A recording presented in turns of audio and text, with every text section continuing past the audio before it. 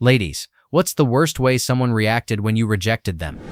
I'm currently in the position of trying to reject someone who will not leave me alone. This is my current boyfriend, and I am trying to get rid of him. When I first tried, he threatened me by saying he planned on offing himself and leaving a note claiming I was the reason. The second time, he guilt-tripped me into staying with him. The third time, he threatened to go to my family and tell them intimate details about our relationship. It is a daily battle to get out while being threatened to the point of constant panic attacks. It is not as simple as rejecting someone and moving on because some people cannot handle rejection. My breaking point came when he got physically aggressive with me, isolating me from friends, forcing me to delete social media, and preventing me from going to stores he believed men would try to talk to me in. I was lied to and cheated on, and that was still not a good enough reason for him to accept my rejection. When I talk about leaving him, I am met with constant threats, how he will come to my house and drag me where he wants, how he will show up wherever I am until I agree to listen to him. How does he know where I am? He forced me to share my location with him. If I try to block him, I receive multiple threatening messages and calls,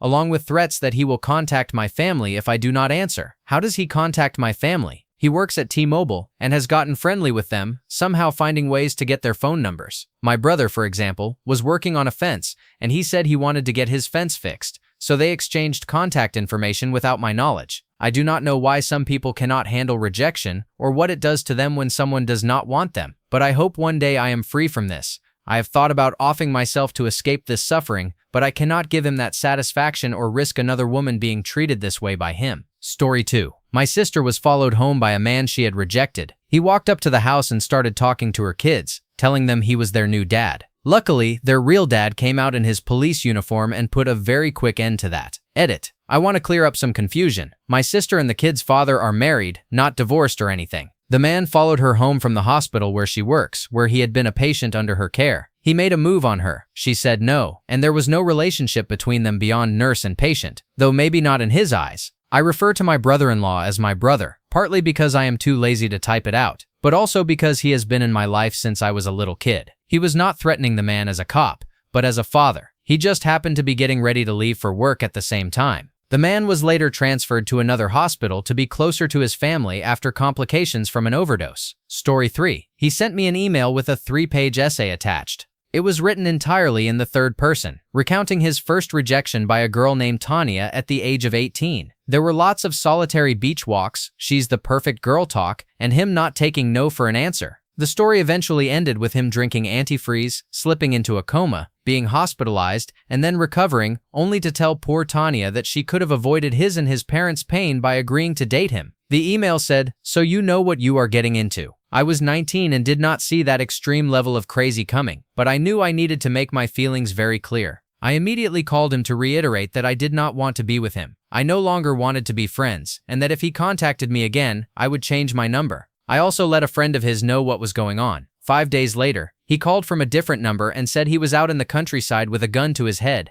and that if I did not agree to be with him right then, he would do it. I lied and convinced him I had to leave because of a family emergency. My aunt was supposedly sick in the hospital, but that we would talk the next day. I had a mutual friend call him and report back since I suspected he was full of crap. Sure enough, I was right. He was totally fine. He called the next day and in the most sing-song, creepy serial killer tone said, "You think you're so nice? What type of crappy human being doesn't agree to what someone needs when they tell you they're going to off themselves? You piece of crap." I lost the plot. I told him I was changing my number and that the next time he contacted me, the police would be involved. He just laughed the whole time and told me he hoped I would die alone, like I deserved. There was radio silence for 6 years until I was getting married. Then I got an email from him. "Hey, wow, it's been a while. How are you? Would be so great to catch up sometime." I obviously never replied and changed my email again. Story 4. I was friends with a guy who expressed his feelings for me. I thought I'd give it a try because he seemed really lovely, but after one kiss it was clear there was no attraction, and I told him we would only be friends. He ended up verbally abusing me on and off for months while I stuck by him and tried to help him work through his depression. I should have ended the friendship then, but I didn't, and it got way worse. He lied to me about having a brain tumor and dying of cancer. I guess he thought I would feel sorry for him and start dating him. Pity love is better than no love, right?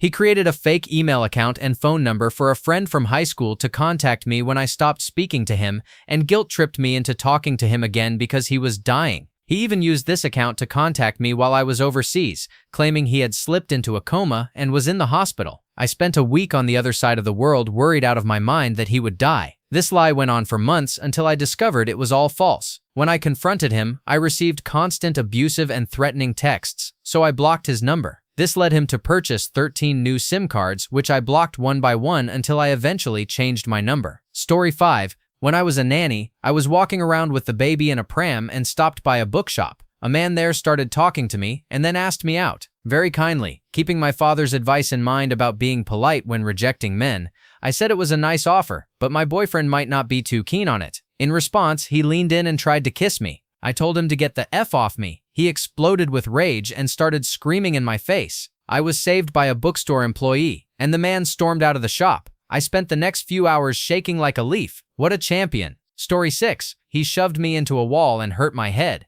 I was taking a break at work behind the building, listening to music and enjoying the breeze, when a coworker I constantly tried to avoid because he was a creep started asking me out. I had already been irritated by crappy customers and the overbearing heat inside, so instead of my usual brush-off reply, I snapped and made it clear I was not interested, that I had a boyfriend I loved and that he needed to get the F out of my personal space. I went to walk away, and he grabbed my arm and twisted me around, trying to back me against the wall. When I finally managed to rip my arm away and push him back to get him off me, he got pissed and shoved me. The back of my head hit the wall, and it bled a lot, and I had to get about 7 stitches. He got fired and was also arrested for assault. He tried to say I had hit him first, but luckily there was a camera out back that caught the whole thing. Edit, I was 19 when this happened, and he was 21. No one really liked him because he was a jerk and thought he knew better than everyone, even though he half-assed everything and constantly got in people's way. He also asked out every female worker multiple times and was really pushy about it.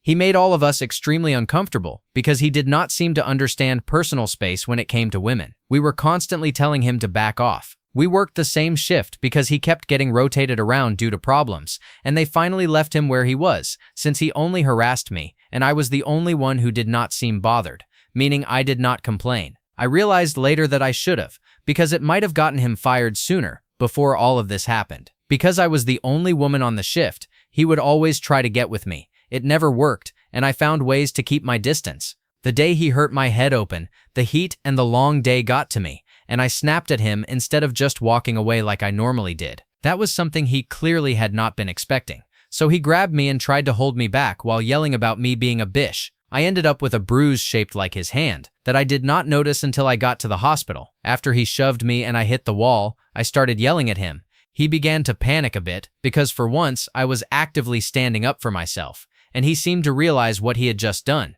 He only fully lost it and started apologizing a mile a minute. When I reached back and my hand came away covered in blood, I went inside still yelling at him, and our manager came over and started to snap at me until I told him what had happened and showed him my bloody hand. He turned me to check my head and panicked it. Unfortunately for the idiot who was still apologizing, our uniform shirt was white, and the back of mine was not anymore. I know head wounds bleed a lot, but it looked like I had been hurt worse than I actually was. I even freaked out at how much blood there was. Once I took off the shirt, I was taken to the hospital, and the police were called. They arrested him later. We found out he was on parole, maybe probation, for punching his girlfriend in the face earlier that year and kicking her dog afterward. He ended up in jail for a good 7 years after that. All I did was give a report on what had happened, and the footage proved my story. I never went to court. I was 19, and this really was not that big of a deal to me. The injury was not that bad. I was in the hospital longer for questioning than anything else, and I was almost completely stitched up before the police even arrived. All I had was a tiny hairline fracture, not even a concussion. I was more pissed off than anything. I did not even think to sue.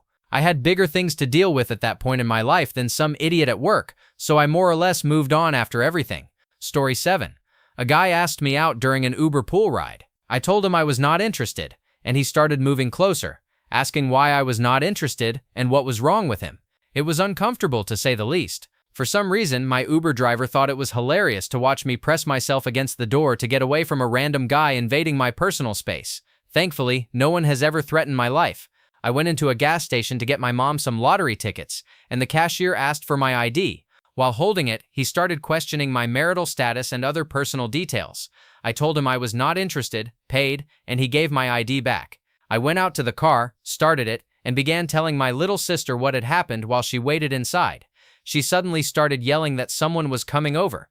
The cashier was tapping on my window and yelling, "Are we friends?" I put the car in reverse and drove away. While I cannot say for certain who did it, the next day my tire was slashed. I was told that the damage looked intentional. Unfortunately, this was about 8 years ago, so I no longer have the picture of the tire. As a precaution, I had some of my male friends go by and tell him to leave me alone. I never went back to that gas station and did not have any further issues with him. The worst part was that I was 18, and when I told my mom about the harassment, she did not believe me. You are single because you are a creep.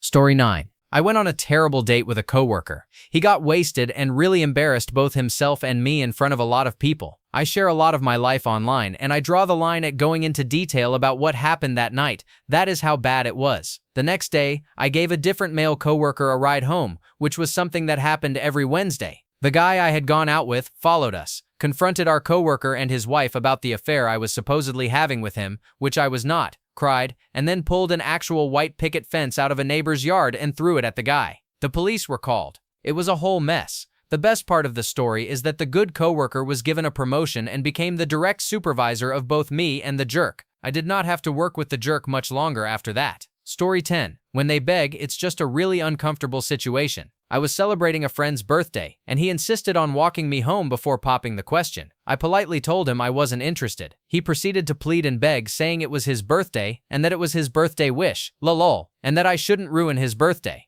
I politely declined over and over again. This continued back and forth until I saw one of my friends walking by. I instantly called him over, introduced the two of them without thinking, and promptly said, "I gotta go now, bye." I went inside and locked the door. Story 11. This happened a few days ago. You should know I'm a gym nut. I go at least 5 times a week and train for around 2 hours either in the weight room or in courses I like. This time I was in a room with some other people and a teacher doing a boot camp style session. There was also this guy who's clearly not right in the head. I don't know exactly what's wrong with him, but it's obvious he doesn't function normally. He also has epilepsy and has had a seizure during a fitness class before. Nobody really talks to him, but I try to be kind. I greet him, make small talk about training, that sort of thing. Apparently he took it as flirting. I was appalled at how other women blatantly ignored him, but now I understand why. Just before class, he came up to me and said, "Finally, I've learned at what times you come to the gym."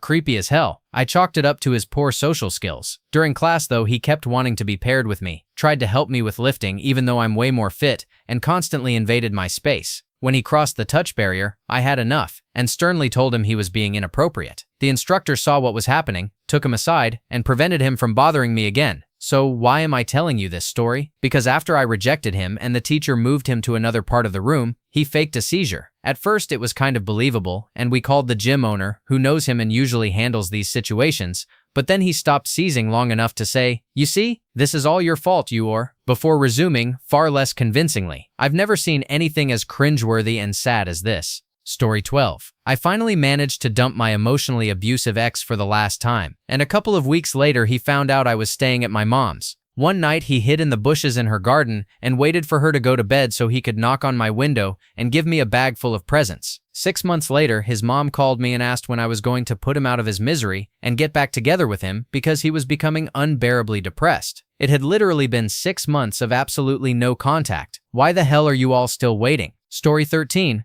I was pregnant, out celebrating my birthday with my partner. We had been for dinner and decided to stop by a bar where all of my friends were, as they wanted to wish me a happy birthday. Just before we left, I headed to the bathroom while my partner and friends went outside for a cigarette. On my way back from the bathroom, a guy stopped me. He said something about my chesticles and attempted to get close to me. I grabbed his chin and pushed his face away, then tried to walk off. He smashed a pint glass into the side of my face and punched me in the head several times. I was lucky there was a table behind me that I could grab onto, or I would have fallen to the floor. He was thrown out by the bouncers, but it was up to me and my friends to call the police to report what had happened. He was arrested. The case went to court, and he was found not guilty of SA, but pleaded guilty to assault. He didn't get any jail time, and I received £180 in compensation, which was paid in 1 penny monthly installments. Story 14. I've got 2. A friend who had feelings for me, which I rejected 5 years ago, wouldn't stop trying to bring it up nicely to convince me. I stopped talking to him, but periodically he adds me on Facebook, which I reject. 2 weeks ago, he found my Instagram and added me. We haven't talked since I made it very clear it was a no. He's never been threatening, but it's just so frustrating that he keeps trying. My ex tried to booty call me after our relationship ended, and I turned him down. He kept texting me for the next hour after I stopped responding.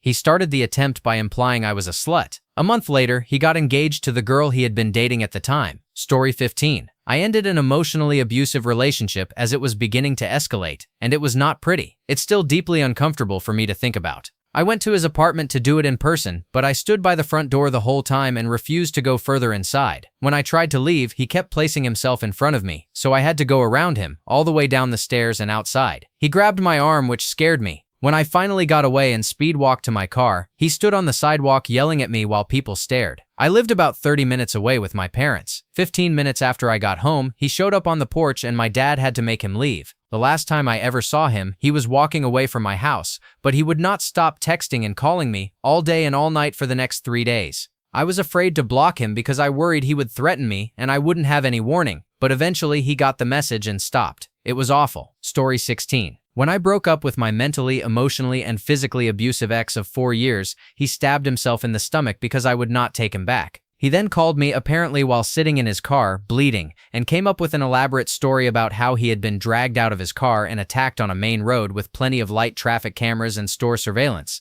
Not a single camera caught anything. He ended up driving himself to the hospital and needed emergency surgery. The next day, a detective called me and told me the injury was self-inflicted. I immediately cut off all contact with him and any of our shared friends, but I still felt guilty for months, thinking that I had caused someone to seriously hurt himself. Story 17. When I was in high school, I was talking to my best friend when some guy in her class came over to say hi to her. That night on MSN, my friend told me he had asked for my MSN handle because he thought I was cute. I didn't want to give it to him, but my friend insisted he was really nice, so I caved and added him. Anytime I was online, he would come talk to me, but if we saw each other at school, he wouldn't say anything. Eventually, he told me he liked me and wanted to be my boyfriend. We'd only exchanged hi and how are you on MSN at that point. I told him we needed to get to know each other more and that I didn't want to be his girlfriend after just a few days of chatting. He started sending messages saying his life sucked and that he just wanted someone to like him. I told him yeah, but I needed to know more about him. He replied saying his life sucked, he had to fake a smile every day, no one liked him even though he was so nice, and that I had to like him because his family life wasn't perfect. I was like,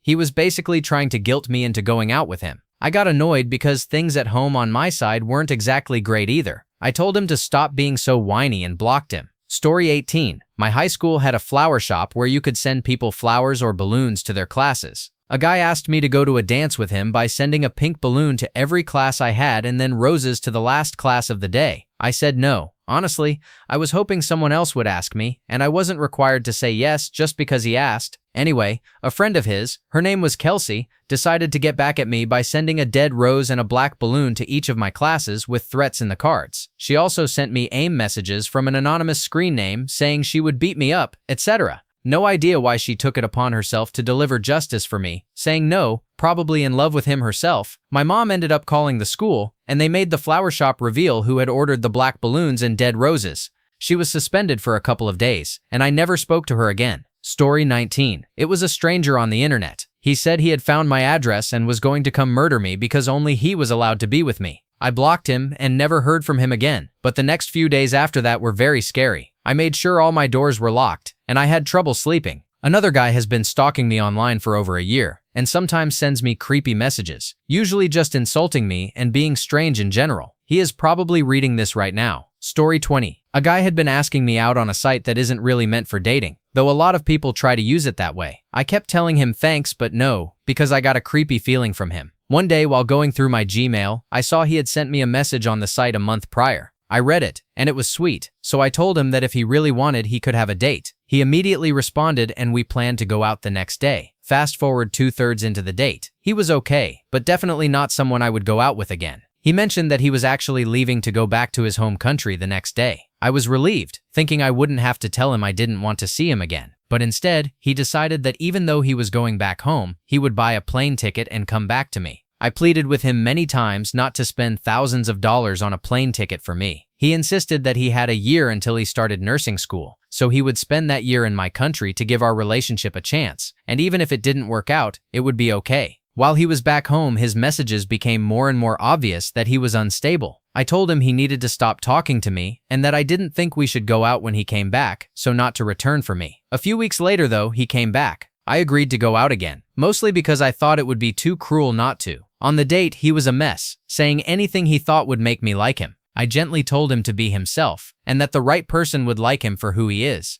It took him a minute, but he realized he was being rejected and started crying. So there we were, in a crowded restaurant, with a grown man crying and me trying not to look guilty. As he wiped away his tears, he said he realized I was right. There are some other cringe-worthy details I'll spare, but long story short, he immediately disappeared and returned to his home country. Story 21. I told a former classmate from high school that I wasn't interested. Several years after we had graduated, I was fresh out of my divorce and knew I was in a terrible place. I didn't want to take out my baggage on anyone who didn't deserve it, and I wanted time to piece myself together. I wasn't interested in a relationship, but I did my best to make him understand that I was a mess and not looking for anything new. At first, he seemed okay with it. Then he started going through every single picture I had ever posted on Facebook, liking them and commenting that I was cute, pretty, or beautiful. I'm talking about photos from 3 or 4 years prior, as far back as Facebook existed at the time. I told him bluntly that this wasn't appropriate, and that stalking my page wasn't going to change my mind. Next, I started getting messages from friends saying he had contacted them, telling them what a good guy he was,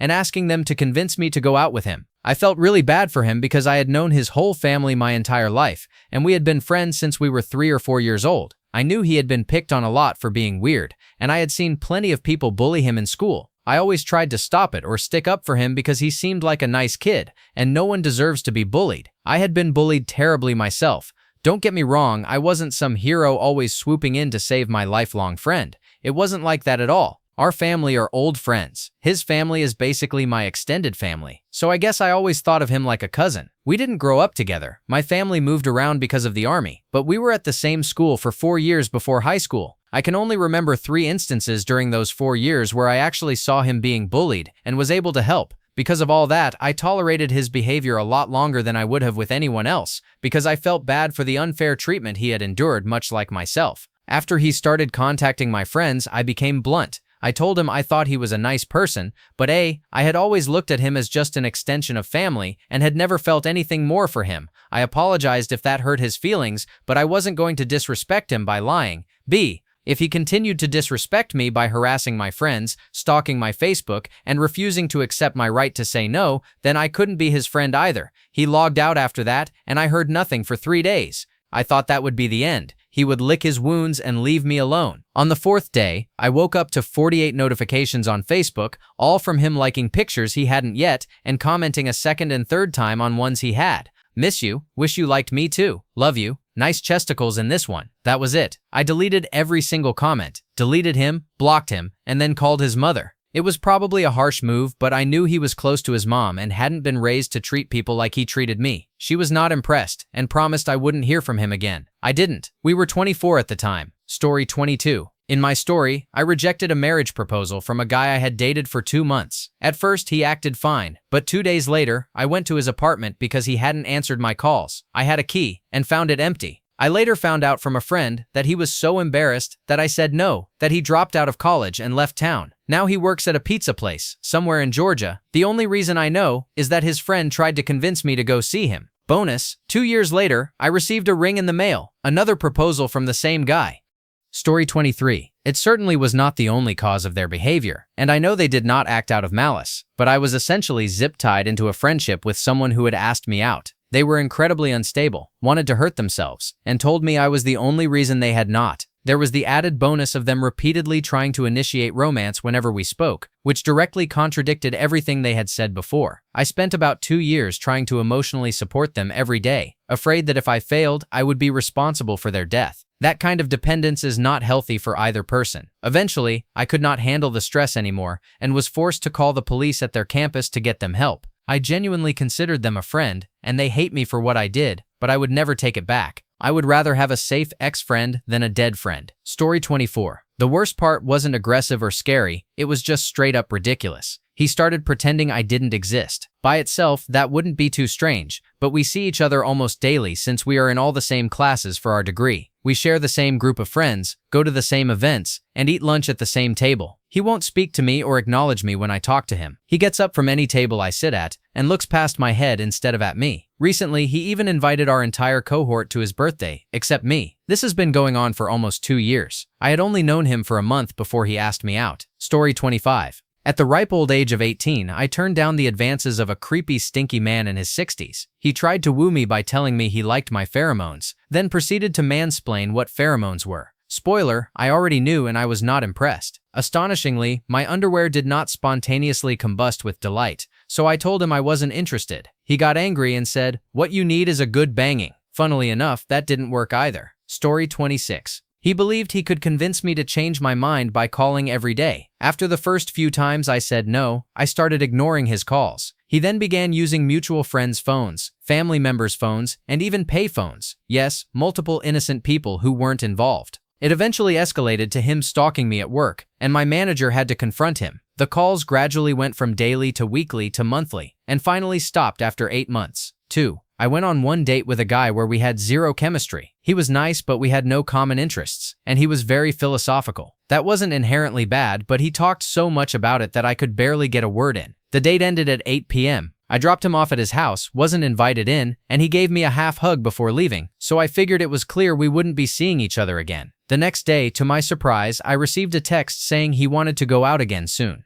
I politely told him I didn't think that was a good idea, considering we had nothing in common. That's when he completely flipped out. He started pressing me to explain what went wrong, asked how I could be so heartless and throw him aside like a used tissue. What the hell? We hadn't even held hands or kissed. He went on for hours, texting me while I was at work, insisting that I clearly had never experienced rejection before because if I had, I wouldn't have rejected him. Terrible logic, but it was a fun debate while it lasted. Story 27. My ex gave me curfews, even on my birthday. I wasn't allowed to wear short skirts or anything remotely sexy, and I couldn't talk to men I didn't already know. One night I got sick of it and broke up with him. That barely scratches the surface of his controlling and gaslighting behavior. He quit his job, cut his long hair, started drinking after previously being sober, and blamed me for his depression. He called, texted, messaged me on Facebook and Instagram, and emailed me. He even tracked down my best friend's email and contacted her. He sent a ring and flowers to my workplace, making sure I knew it was his last bit of money. I made the mistake of staying at his place when I was in his town for an event. I also made the mistake of sleeping with him. It was easier than dealing with his sad routine. During the night, he went through my phone and started yelling in my face about how I had slept with someone else, calling me an whore and screaming non-stop. He wouldn't back away, just kept yelling. I snapped, put him in a neck hold, and told him that none of this made him any less abusive. I don't regret getting physical. It ended his fantasy of me. Don't let crazy put its dong in you. Story 28. A kind of acquaintance asked me out, and I politely said no. Cue daily texts and emails calling me a terrible slut who he didn't want, alternating with pleas to stop caring about society and give him a chance. I would block him and he would create new addresses or text from friends' phones. It was shocking because I had only seen him about 5 times at parties and I had never spent any time alone with him. He got my email and phone number from our university directory. I hope he eventually got some psychological help. Story 29. We dated for a year when I was 18 and then broke up. He had a total breakdown and started sleeping with several girls, sending me pictures and texts about how much fun he was having. I wasn't over him, but I knew I couldn't be with him. He had no idea I cried every time he sent me a picture of him with some girl from school. Ironically, his behavior showed me how awful he was and helped me get over him quickly. Years later, I was in a really bad situation and he offered to help and he did. He apologized for what he had done and never asked for anything in return. I'm marrying my soulmate now, not him, but I'm happy he turned into such a good person. Story 30. Not me, but a friend of my sister's. Her husband was very abusive, and she finally gathered enough courage to kick him out and told him she wanted a divorce. He kept calling her family and threatening to hurt her and their children. She obtained a restraining order and changed all the locks on the house. Despite this, he somehow crawled through the woods near their home and waited outside when she came back from the store. He chased her down with a gun when she tried to drive away and then shot himself in front of her. She was shot 5 times and is now paralyzed and in a wheelchair, but she is very lucky to be alive. Story 31. I had met this guy on a handful of occasions because we had some mutual friends. One night he showed up at my work where I was a dancer, handed me $1 on the main stage, and asked me out to dinner. I told him thanks for the offer, but I was seeing someone and was not interested. He followed me to the second and third stages, asking me why I was lying about having a boyfriend. I was not, and why I would not just give him a chance. I assumed he was just having a bad night and that I would not likely see him again. Nope. He started coming into my work at least once a week for about 6 months. He would either ask me out again, follow me around silently, or sit in a corner sulking and glaring at me. It was very creepy, and I am not sure what he thought he was going to accomplish. Story 32. I had set up a date with a guy I met on Match. We had been communicating via messaging and text for about a week, but had not met yet. After arranging the meeting, I learned that one of my best friends was coming into town for the weekend and wanted to get together. My friend was only going to be in town for that night. I texted my date and asked very nicely if we could reschedule for the next night, explaining why. I was not rejecting him. I just needed to reschedule. He lost his mind. He called me all kinds of names, cursed at me, and told me never to contact him again. I just said okay. I figured I dodged a bullet. I also realized he had probably been stood up a time or two and was jaded, but I would like to be judged by my own actions, not those of others. Story 33. I told a high school friend that I did not like him that way and that I already had a boyfriend. He then tried to hurt himself and ended up in a mental health facility for a month. His mother called me every day to keep me updated on how he was. After he got back, he still tried to pursue me. I had to have my boyfriend talk with him. When we later broke up, the friend and his mother both stalked me for 2 years. I ended up having to move and change jobs after graduation. My Facebook is still set to private, and it has been 10 years. My husband knows about the situation and even tried to talk to them for me. Every once in a while, I still get a random phone call or message from them trying to contact me again. Story 34. A month after I paid thousands of dollars to get my ex-husband out of my house, he had a coworker stomp his hip and break it. He later admitted he had asked the coworker to do it on purpose. I was called to the hospital to sign his consent for surgery because he had been given narcotics. I signed the consents and a DNR, do not resuscitate order, told him he might want to keep breathing, and left. A few weeks later, when he was released, he called me and threatened to take all of his pain meds if I did not let him come home. I told him all that would do was damage his liver, but go ahead if he felt he needed to. He thought I would bring him home and take care of him. Nope. Story 35. I used to work in a nightclub behind the bar, and this drunk guy kept asking for my number, which I politely declined to give him several times. He kept trying to hold my hand while I was pouring drinks for other customers, even taking glasses and bottles out of my hands and placing them on the bar. This went on for a long time. It was so busy that I could not get the attention of security over the crowd, so I had to power through it. I eventually told him I was busy trying to do my job and that I had already told him he was not getting my number, and to be honest, I was not interested. He sulked off, to my relief. About 15 minutes later, a colleague pointed to a corner near the bar and told me a guy had been staring at me with wild eyes for a solid 10 minutes. It was the same guy. When he saw that my colleague and I had spotted him, he came back to the bar and asked for my number again. Now that I was not busy anymore, my patience worn thin, I told him I was not interested and that if he continued to harass me, I would call security and have him escorted out. He went insane. He grabbed me by the arm and hair and tried to pull me over the bar. My colleague hit the panic button and security came over and quickly ejected him. I stayed at work for another hour, but I was shaken up and ended up leaving my shift early. One of the security staff drove me home in case the guy was waiting nearby. I quit that job a month later. Story 36. Friendly reminder to men reading this thread. The reality behind all these anecdotes is that men are socialized to feel entitled to women. Men are subtly taught by other men and by the culture they create that women are objects to which they are entitled. These stories are not isolated cases of crazy guys. They reflect a broader socialization and the lurking violence it enables, a system many men have created and continue to perpetuate. These incidents are not just a few outliers. They are the byproduct of a sexist culture that teaches men this behavior is acceptable, often rewards it, and frequently shields them from consequences.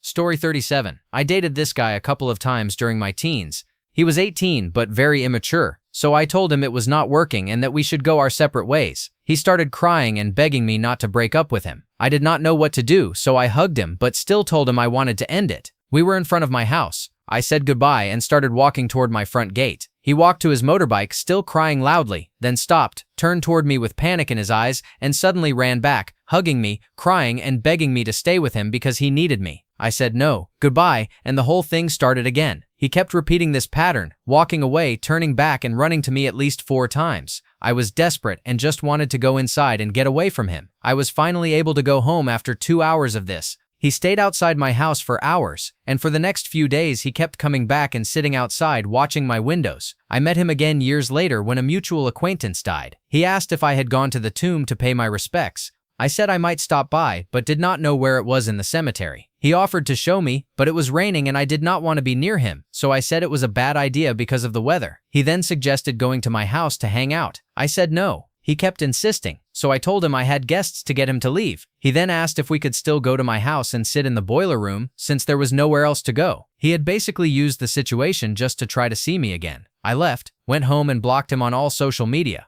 I never saw him again, thankfully. Story 38. He just never got over it. It's been going on for years. I distinctly remember a text that said, "It's been a month, and the only difference is, I'm not as sad as much now," as if to say he was still in love with me, but just starting to get over my initial rejection. He spent years obsessed with me. At our friend's bachelor party, when he found out I was dating someone new, he got drunk and cried about how unfair it was. He's gotten drunk and cut off our friendship multiple times for months at a stretch, always saying he needed time to get over me. It genuinely hurts because we've been really good friends since high school. I'm still pretty sure he's obsessed, but he's in my D&D group and we're still good friends. I just try to act like everything is normal. At this point, it feels insanely selfish. He can't let me be happy if it's not with him, and I'm genuinely very happy with my current partner. Thank you for watching. If you enjoyed this video, be sure to give it a thumbs up, subscribe, and hit the bell icon so you never miss an update.